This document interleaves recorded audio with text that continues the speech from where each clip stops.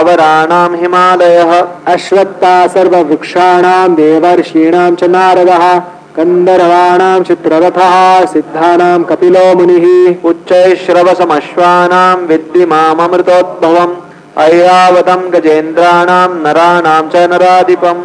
आयुधानामहं वज्रं धेनूनामस्मि कामधुक् प्रजनश्चास्मि कन्दर्पः सर्पाणामस्मि वासुकिः अनन्तश्चास्मि नागानां वरुणो यादसामहं पितॄणामर्यमा चास्मि यमः संयमतामहम् प्रह्लादश्चास्मि दैत्यानां कालः कलयतामहं मृगाणां च मृगेन्द्रोऽहं वैनतेयश्च पक्षिणां पवनः पवतामस्मि रामः शस्त्रभृतामहं जशानां मकरश्चास्मि स्रोतसामस्मि जाह्नवी सर्गणामादिरन्तश्च मध्यं चैवाहमर्जुन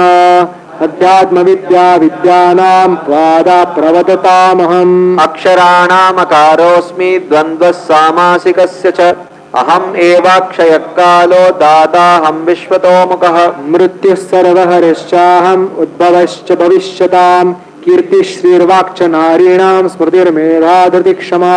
बृहत्सामत्ततासाम्नां गायत्री छन्दसामहं मासानां मार्गशीर्षोऽहं ऋतूनां कुसुमाकरः द्यूतं छलयतामस्मि तेजस्तेजस्विनामहं जयोऽस्मि व्यवसायोऽस्मि सत्त्वं सत्त्ववतामहम् वृष्णीनां वासुदेवोऽस्मि पाण्डवानां धनञ्जयः मुनीनामप्यहं व्यासः कवीनामुषणा कवी दण्डगमयतामस्मि नीतिरस्मि जिगीषतां मौनं चैवास्मि गुह्यानां ज्ञानं ज्ञानवतामहम् यच्चापि सर्वभूतानां बीजं तदहमर्जुन न तदस्ति विना यत् स्यान्मया भूतं चराचरम् नास्नोऽस्मि मम दिव्यानां विभूतीनां परन्तप एष तुद्देशतः प्रोक्तो विभूतेर्विस्तरो मया यद्यद्विभूतिमत्सत्त्वं श्रीमदूर्जितमेव वा तत्तदेवावगच्छत्वं मम तेजोंशसम्भवम् अथवा बहुनैतेन किं न्यातेन तवार्जुन विष्टभ्याहमिदं कृत्स्नम् एकांशेन स्थितो जगत् इति दशमोऽध्यायः अथ एकादशोऽध्यायः अर्जुन उवाच मदनुग्राह परमं गुह्यम् अध्यात्मसंगितं यद्वयोक्तं वचस्तेन मोहोऽयं विगतो मम भवाप्ययो हि भूतानां विश्रुतौ विस्तरशो मया तत्तः कमलपत्राक्षं माहात्म्यं ऋचवाव्ययम् एवमेतद्यथात्तत्त्वम् आत्मानं परमेश्वर द्रष्टुमिच्छामि ते रूपम् ऐश्वरं पुरुषोत्तम मन्यसे यदि तच्छक्यं मया द्रष्टुमिदं प्रभो योगेश्वरत्ततो मे त्वं दर्शयात्मानमव्ययम् श्रीभगवानुवाच पश्य मे पार्थरूपाणि शतशोतसहस्रशः नानाविधानि दिव्यानि नानावर्णाकृतीनि च पश्यादित्यान् वसून् रुद्रान् अश्विनो मरुतस्तथा बहुन्यदृष्टपूर्वाणि पश्याश्चर्याणि भारत इहैकस्तं जगत्कृत्स्नं पश्याद्य सचराचरम् मम देहे गुडाकेश यच्चान्यद्द्रष्टुमिच्छसि न तु मां